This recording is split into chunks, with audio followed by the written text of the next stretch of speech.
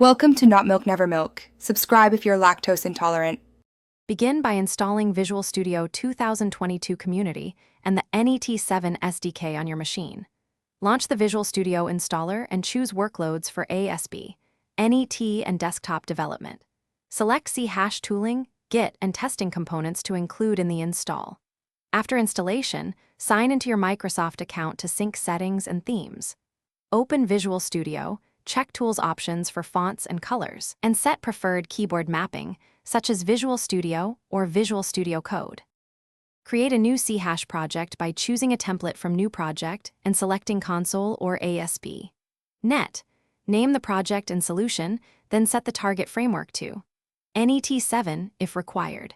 Build the solution with Ctrl+Shift+B to compile all projects and surface errors. Run the app with Ctrl+F5 for normal run or F5 to debug with the debugger attached. Set breakpoints in code, use step over and step into, and inspect variables in debugger windows. Add dependencies using Manage New Git packages and search for packages like Newtonsoft. JSON. Use the built-in Git tools to initialize a repository, create branches, stage changes, and commit with a clear message.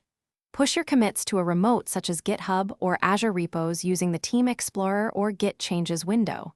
Create unit tests in a test project and run them with Test Explorer for CI readiness. Finally, use Publish to deploy to a folder, Azure App Service, or Docker container for production. Thanks for watching. If this was helpful, leave a like and consider subscribing. See you next time.